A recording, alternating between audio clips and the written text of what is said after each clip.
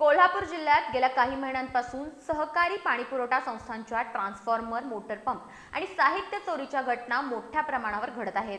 यावर प्रशासनाकडून कोणतीही ठोस कारवाई न झाल्याचा आरोप करत इरिगेशन फेडरेशनच्या कार्यकर्त्यांनी आज कलेक्टर ऑफिस समोर आक्रमक आंदोलन केलं।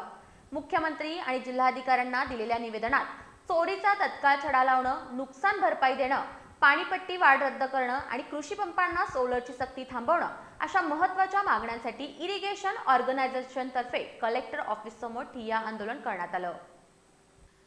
कोल्हापूर जिल्ह्यातील सहकारी पाणीपुरवठा संस्थांवर सतत होत असलेल्या साहित्य चोरीच्या घटनांमुळे शेतकरी आणि संस्थांचे प्रतिनिधी तीव्र संतापले आहेत।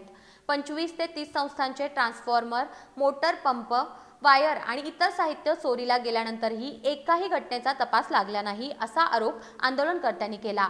चोरीची तक्रार देण्यासाठी पोलीस स्टेशनमध्ये गेलेल्या प्रतिनिधींनाच उलट धमक्या दिल्या जात असल्याचा गंभीर आरोप निवेदनात करण्यात आला। सहकारी संस्थांच्या ट्रान्सफॉर्मरवरच चोरट्यांचं लक्ष, तर महावितरणचे ट्रान्सफॉर्मर सुरक्षित कसे असा सवालही शेतकऱ्यांकडून उपस्थित करण्यात आला।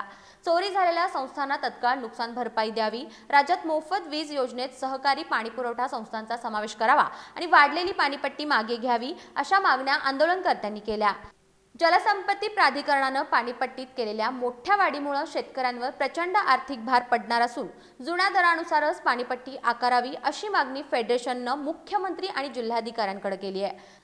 तसंच नदीकाठच्या कृषी पंपांना सोलर कनेक्शनची सक्ती करणे व्यवहार्य नाही, कारण पॅनल पुरामुळे वाहून जाण्याचा धोका आहे। त्यामुळे सोलर सक्ती बंद करावी अशी विनंतीही निवेदनातून करण्यात आली।